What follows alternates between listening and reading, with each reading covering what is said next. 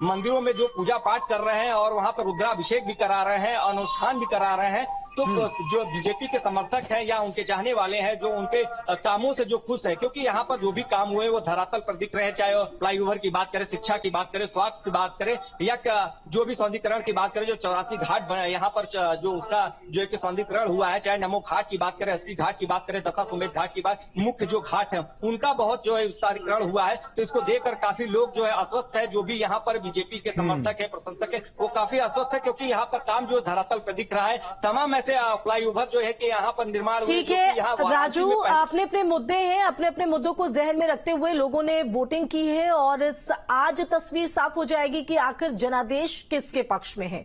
तो 19 अप्रैल को शुरू हुआ लोकतंत्र का महापर्व 1 जून को समाप्त हो गया और आज उसके नतीजे आने हैं। बात करें यूपी की, तो यूपी में 7 चरणों में मतदान हुए। हर चरण में कितनी वोटिंग हुई ये आपको हम ग्राफिक्स के जरिए बताते हैं।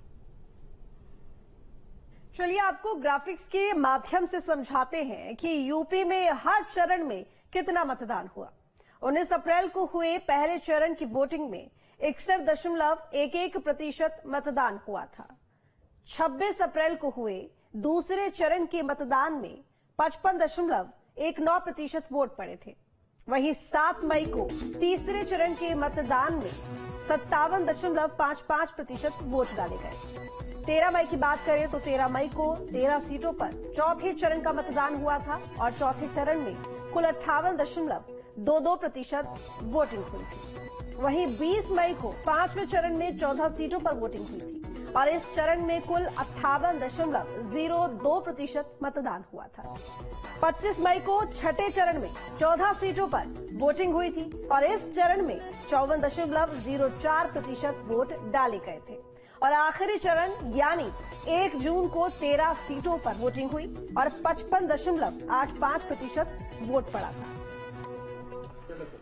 तो ग्राफिक्स के जरिए आपने समझा कि कौन से चरण में कितने प्रतिशत मतदान हुआ है। हालांकि कुछ सीट्स ऐसी हैं जहां पर मतदान का प्रतिशत कम रहा है, लेकिन मतदान प्रतिशत कम होने से किसको नुकसान होगा आज नतीजे साफ कर देंगे। लगातार हर एक अपडेट आप तक हम पहुंचाते रहेंगे। अलग अलग जगहों पर जिन 81 मतगणना केंद्रों पर आज मतगणना होगी वहां पर हमारे तमाम संवाददाता मौजूद रहेंगे। वहां जब 8 बजे से काउंटिंग शुरू होगी, सबसे पहली अपडेट न्यूज स्टेट पर आपको सबसे पहले मिलेगी। लगातार हमारे साथ हमारे तमाम सहयोगी जुड़े भी हुए हैं।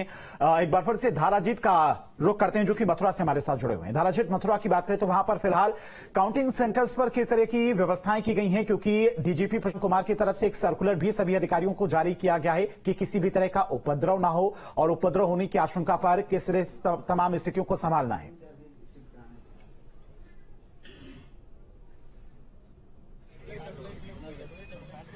मई 13 तारीख को हमने बहुत ही बड़ा जंग लड़ी है सच्चाई के लिए और अन्याय को बाहर निकालने के लिए। आज का दिन हम सारे सतर्क हैं और तैयार हैं अपने अपने जगह पर और उम्मीद करते हैं कि इन सब होने के बावजूद भी सच्चाई का जीत हो।